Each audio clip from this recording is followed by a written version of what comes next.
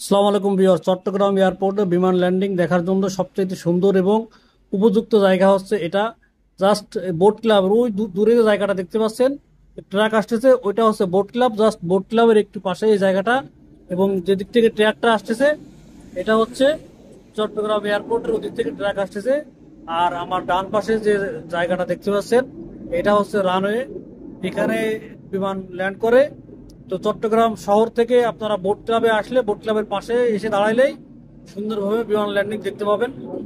Viewers দেখেন, দূরে কয়েকজন মানুষ দাঁড়ায় আছে বিমান নামা দেখার জন্য। একদম তো ট্র্যাকের উপরই দাঁড়ায় আছে, বিমান আসতেছে একটা, সেটা দেখার জন্য। তো আপনারা এখন আমার এই ভিডিওতে দেখতে পাবেন যে বাংলাদেশের সবচেয়ে যে বড় বিমান বোয়িং 777 যে বিমানটা, সেটা আসতেছে চট্টগ্রাম এয়ারপোর্টে ল্যান্ড করবে।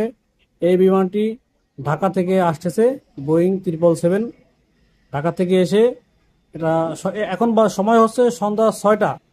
ইদানিংকালে সন্ধ্যা 6টার দিকে প্রায় প্রতিদিনই একটা করে বড় বিমানের ফ্লাইট থাকে।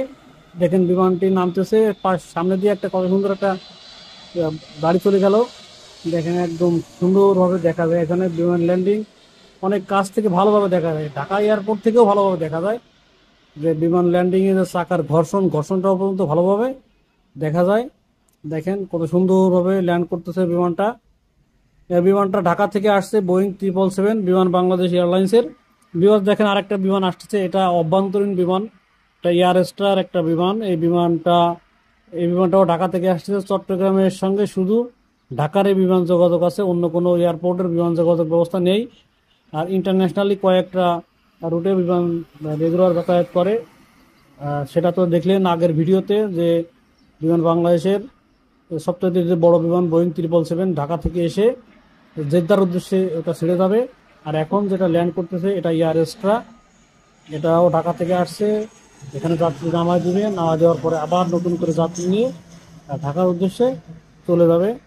তো ভিউয়ার্স, আপনারা যারা বিমান ল্যান্ডিং দেখতেছেন চট্টগ্রামে, তারা শহর থেকে বোট ক্লাব আসলেই হচ্ছে, বোট ক্লাবের জাস্ট একটু সামনে বা বোট ক্লাবের ভিতরে দাঁড়ায়ও দেখা যায় বিমান ল্যান্ডিং।